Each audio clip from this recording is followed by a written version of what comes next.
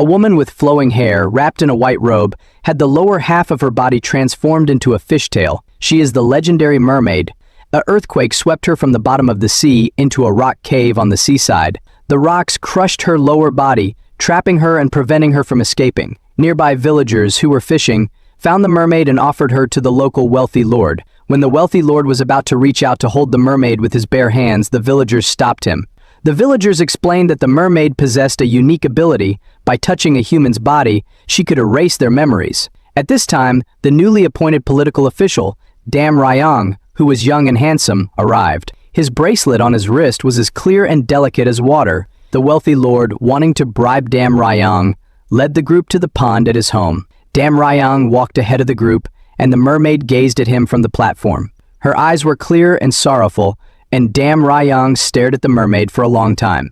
The wealthy lord suggested to Dam Ryong that the mermaid's oil could preserve youth for years and was a priceless treasure. Dam Ryong understood the hidden meaning. The wealthy lord planned to use the mermaid to extract oil. Dam Ryong, using the wealthy lord's bribes and evidence of tax evasion as leverage, exchanged for ownership of the mermaid. Under the night sky, aboard a ship, Dam Ryong watched as the mermaid slowly swam into the ocean. From a distance, the wealthy lord, watching the mermaid swim away, promised to capture her again and kill Dam Ryong. The mermaid reached out her hand to him. Dam Ryong slowly extended his hand as well, and this sealed their fate for 400 years. Many years later, the handsome young man before you is the same one who lived 400 years ago. All because of one touch with the mermaid's hand, he traveled through time to meet her again in the modern era. Now, in this era, he is nothing like his past self. In the present, his name is Jun Jae. He bears the same face and is like a chameleon. At times, he is a charming player in the game of love, and at other times, he is a kind-hearted thief. In the world of deception and illusion, he is a master trickster, skilled in the art of deception, effortlessly playing different roles. He is an expert in hypothesizing and tricking his targets with ease. On this day, he, along with his accomplices Park Moo and Tae, was targeting the inspection staff.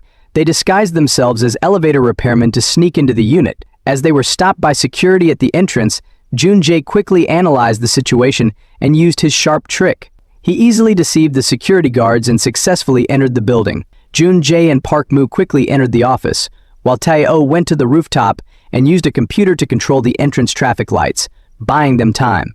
Confidently, Jun Jae and Park Moo teamed up to impersonate prosecutors during the inspection, gaining the trust of the owner of investment company. They tricked her into transferring her assets into their account and then flew off to a beach resort. On the plane, a beautiful flight attendant told Jun Jae about the last mermaid in the world, said to reside in this sea. The mermaid found a bracelet worth 11 million at the bottom of the sea. The mermaid showed up again, gazed up at the sky, and put the bracelet on her wrist.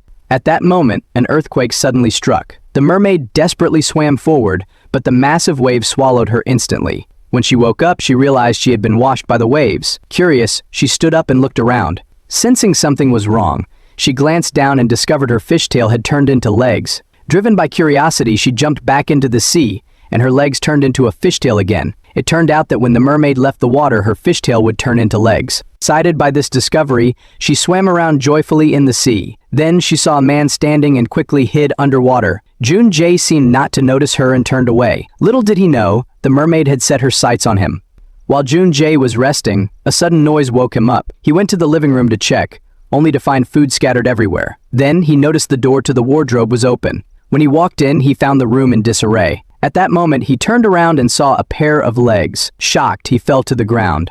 Gathering his courage, he pulled back the clothes and, to his surprise, found a beautiful woman hiding inside. The man let out a sigh of relief. He asked who the woman was and how she had ended up there. The mermaid didn't answer. Instead, she used the clothes to cover her face. The man looked closely and realized she was wearing his clothes. He became very angry and shouted, which prompted the mermaid to take a fighting stance. The man stepped forward, trying to get his clothes back. Feeling frustrated after being sneak attacked by the woman, he moved forward to demand an explanation. The mermaid kicked him again. By the time the mermaid emerged, the man was a bit annoyed. He decided to let it go, thinking it wasn't worth fighting with a woman. At that moment, the mermaid noticed the sea outside the window and runs toward it at full speed. Understandably, she may not have seen glass before. For safety reasons, the man tied the mermaid up and called the police. He also took pictures as evidence. He tried to open her hands to see what she had stolen, only to discover it was just a seashell. The man laughed at the sight. The police eventually took the mermaid away, and the man reviewed the pictures he had taken as evidence. Suddenly, he noticed the bracelet the woman was wearing looked unusual, so he quickly sent the photo to a friend to investigate. At this moment, the mermaid, who had left the sea for the first time, was filled with curiosity about the outside world. Back at the police station, she started playing with the tissue box, which made the police very angry. They yelled at her, but in the next second, the mermaid punched the police officer. The mermaid picked up a gun from the floor, and all the officers dropped to the ground in fear. Finding it boring, she went back to playing with the tissue box. Meanwhile, the man was flirting with a girl when he received a message from his friend, informing him that the woman's bracelet was worth at least 1 billion. Shocked, he covered his mouth in surprise, then immediately left without looking back, abandoning the girl. For the sake of the bracelet, Jun Jae headed to the police station to rescue the mermaid. He told the police that the mermaid was his wife, and that he had only called the police because of a fight they had. However, the officers didn't believe him. At this point, the man noticed the police were nice to hypnosis, so he took out a lighter and performed some tricks. The officers fell into a hypnotic state and envious scene of Jun Jae and the mermaid getting married, convincing them of their relationship. Finally, the mermaid was released. Jun Jae apologized for what had happened earlier and extended his hand to shake hers as a gesture of peace, but the mermaid, completely unfamiliar with the outside world, didn't understand the gesture. Realizing there was no point, the man bluntly asked for the mermaid's bracelet. To his surprise, she immediately assumed a fighting stance. Seeing the familiar posture, Jun Jae became nervous, recalling how she had overpowered him before. Unsure of how strong she really was, he decided to switch tactics and softened his approach, offering to take her shopping instead. While waiting at a red light, the mermaid saw the figure on the light and started mimicking its exact pose, leaving Jun Jae completely surprised by her behavior. When they arrived at the mall, the mermaid was immediately captivated by the colorful decorations. Having never seen an elevator before, she was so frightened that she kept stepping back. Seeing this, Jun Jae confidently picked her up in a princess carry and, under the gaze of everyone around them, took her to the second floor. Noticing the mermaid's feet were covered in cuts and bruises, Jun Jae chose a pair of high heels for her. The mermaid had no idea what they were. Seeing her looking around cluelessly, Jun Jae finally decided to put the shoes on her himself. Next came the clothing section.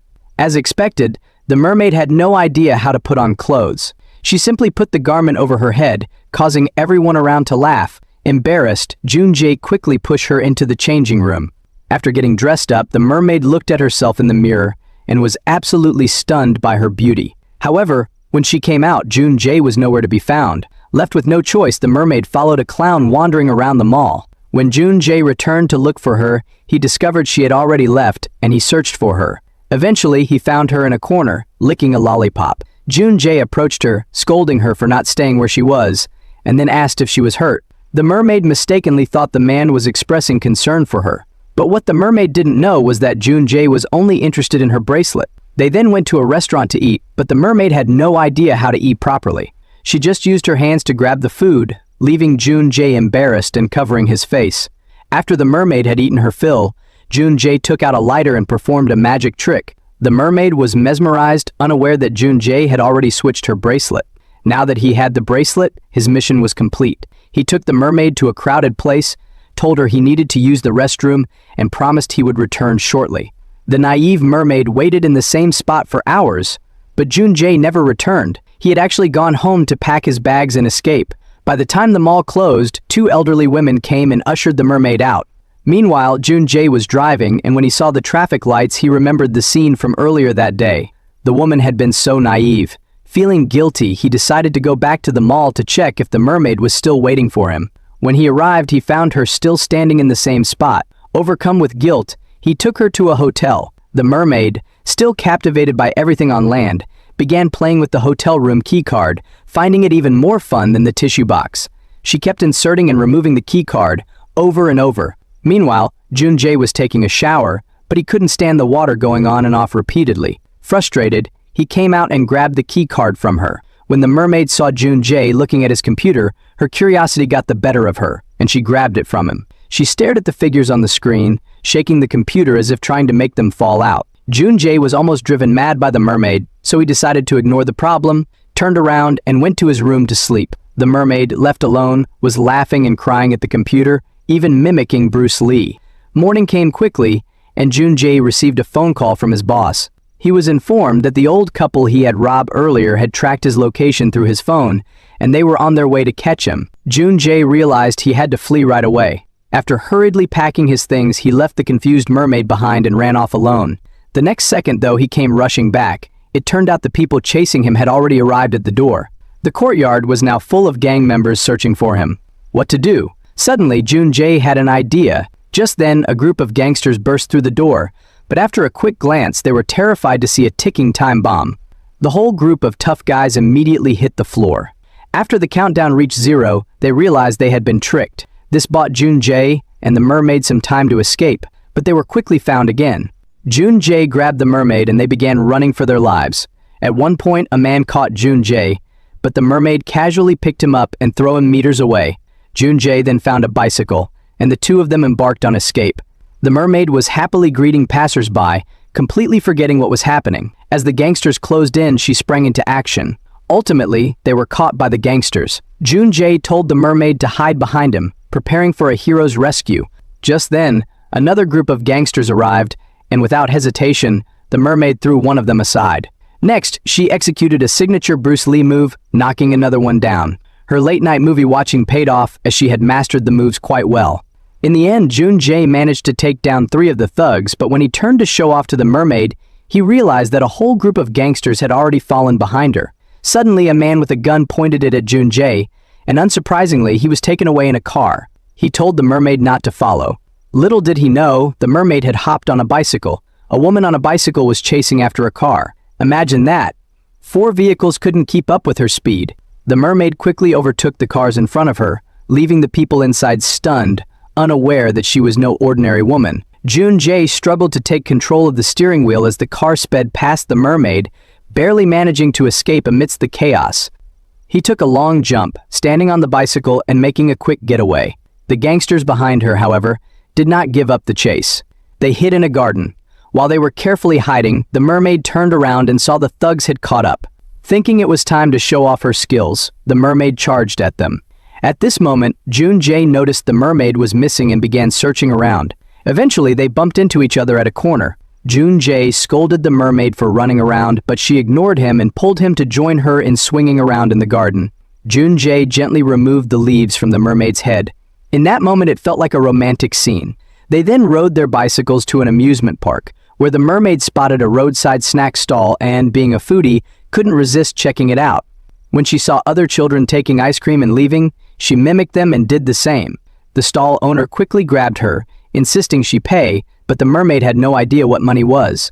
Jun-jae stepped in to pay, but when the owner asked for $5, Jun-jae realized he only had $3 on him. The owner had no choice but to let it slide. Then, the mermaid took a scoop of ice cream, and her eyes widened in surprise. After a second scoop, she was delighted, enjoying the ice cream as if she had never tasted it before. To get some cash, Jun-jae called a friend for help. They met up with the friend at a church, only to discover that his friend was also a con artist. At this moment, while trying to figure out how to con money from the woman, Jun-jae introduced the mermaid as his wife, explaining she had fallen seriously ill, and after that, she lost her ability to speak. Just as everyone felt sorry for her, the mermaid's actions created an awkward atmosphere and start talking. Jun-jae pulled her outside and asked her why she was able to talk now. The mermaid replied that she had learned how to speak overnight through the computer. Isn't that a talent? The priest arranged accommodations for them, and the mermaid mentioned she was thirsty, having been away from the water for too long. Guided by the priest, they went to a water fountain, but the mermaid didn't know how to use it. When Jun-jae turned around and saw her, he was shocked by her actions once again the next day. They went to the beach, and Jun-jae reminisced about his mother at the seaside. Just then, a group of thugs approached them, and they both took off running. They hid in a cornfield, but the thugs were close behind. A game of cat and mouse ensued, and they finally escaped the cornfield but found themselves cornered at the edge of a cliff, with the ocean below. At that moment, with no way out, Jun-jae lied to protect the mermaid, claiming he had stolen her bracelet, and the thug leader believed him. The thug leader was furious, and the mermaid turned to look at the ocean below, her domain. Just as the thug was about to pull the trigger, the mermaid and Jun-jae jumped into the sea. Upon returning to the water, the mermaid's legs transformed into a fish tail. At that moment, Jun-jae saw her tail, and not wanting him to discover her true identity, the mermaid erased his memories. June Jae, forgetting about the mermaid, boarded a plane to Seoul. The mermaid looked up at the passing airplane and remembered the promise they had made. She swam day and night from Spain for 3 months to reach Seoul. By this time, the mermaid was extremely hungry and wanted to eat a bowl of spicy hot pot, but she had no money. Without resources, she was left wandering the streets. At that moment, the mermaid noticed a few students walking ahead. Driven by curiosity, she quietly followed them. She saw several girls chatting, and one girl in a black school uniform took out some money to give them. The mermaid learned from this, so the next second, she found a little girl and pulled her suitcase. Then, following what she had learned, she tried to grab the little girl's neck. At that moment, the little girl pushed the mermaid away. The mermaid realized she couldn't rob a child. The little girl taught the mermaid a lesson and even treated her to a bowl of instant noodles. Finally, the little girl told the mermaid that earning money is not easy for anyone, and if she wanted money, she had to work for it. The mermaid realized she had made a mistake. After leaving the convenience store, the little girl even gave her pocket money to the mermaid before pulling her suitcase away. The mermaid looked at the money in her hand and fell into deep thought. Meanwhile, the con artist, June Jae, arrived at the changing room filled with a variety of suits and uniforms, including matching hats. Looking at the sunglasses and lighters, he found himself in a garage filled with everything from ambulances to police cars and motorcycles. It was hard to believe he was a professional con artist. On the other side, the mermaid spotted the group of girls from earlier. She ran over and told them that stealing was wrong. The girls, annoyed at being interrupted, prepared to teach her a lesson. However, the mermaid wasn't afraid. She grabbed one girl by the face and warned them not to steal again. The girls were scared off by the mermaid's strength. At that moment, the girl who had been bullied received a call from her mother. It turned out that her mother was the leader of a gang group. Just like mother, like daughter. Meanwhile, the gang leader stepped into the elevator, and June Jae followed her in. Suddenly, the elevator malfunctioned. It was a trap set by June Jae. He removed his glasses, and the leader immediately recognized him as the man who had previously cheated her out of 50 billion. Confused, she wondered how he could appear before her when she had already sent someone to deal with him. Just then, the lights in the elevator went out, and June Jae pulled out a familiar lighter and began to hypnotize the leader. At that moment, the elevator doors opened. The gang leader's son was hanging by a thread. She desperately wanted to save him, but ultimately failed, witnessing her son fall. It turned out that the leader's son was no good, having bullied other students, which led one to jump off the rooftop. What was even worse was that the gang leader had sued the boy's parents. The mother of that child was in immense pain at that moment, and June Jae wanted her to experience this kind of pain, ensuring it would be unforgettable for her. After hypnotizing the leader, June Jae made her forget about the wrongdoings of others, but the pain of losing her son would forever remain in her mind. Once the hypnosis ended, the leader walked out with a heavy heart, withdrawing the lawsuit against the boy's mother. Meanwhile, June Jae and the others managed to escape the leader's pursuit. As they got into their car, they didn't notice that the mermaid had appeared behind them. She had just found some clothes in a trash bin and put them on. After encountering a female beggar, the mermaid says she was looking for a man named June Jae. The beggar kindly reminded her to have a specific location in mind. This prompted the mermaid to recall June Jae mentioning the 6-3 building. She then headed to the bus stop that led to the 6-3 building. When the bus arrived, she prepared to board, observing that others were using transit cards, some even putting them in their back pockets. She looked confused and then gave money to the driver, but it wasn't enough to pay the fare. The driver allowed her to board. After enjoying the sight on the way, the mermaid finally arrived at the base of the building. However, she accidentally walked into an aquarium and was mesmerized by the small fish swimming inside, swallowing her saliva in anticipation. The next moment, the mermaid jumped into the water, joining a seafood buffet. Feeling full, she stretched contentedly. At that moment, staff members noticed that someone had entered the water before the show was scheduled to start, leaving them surprised. Meanwhile, the real performers were making their way into the water. Visitors began taking out their phones to share the sight, as they had never seen such a beautiful mermaid before. At this time, June Jae also arrived at the aquarium, as it was his birthday. Growing up, his mother would always bring him to this aquarium on his birthday. The mermaid discovered June Jae and swam desperately towards him, tapping on the glass. However, June Jae couldn't hear her at all, but the mermaid didn't give up and continued to tap on the glass. Perhaps it was fate. June Jae finally turned around, but in his current state, he didn't recognize the beautiful creature before him and simply turned away to leave. Watching him walk away, the mermaid felt anxious and quickly swam to the surface. Once the mermaid comes out, staff members noticed her. At that moment, June Jae received a photo from a friend and zoomed in, realizing it looked familiar. Isn't this the mermaid from earlier, he thought, and hurried back to search for her. Meanwhile, the performers saw the mermaid and were determined to take her down. As they approached, they intended to teach the mermaid a lesson, but the mermaid effortlessly knocked one of the staff members away. The mermaid ran away from the staff members. Finally, the two met face to face. Jun-jae slowly walked toward the mermaid, who looked at him with teary eyes. Here is the end of part 1. Subscribe for more videos like this one and type in the comments if you want part 2. See you next time.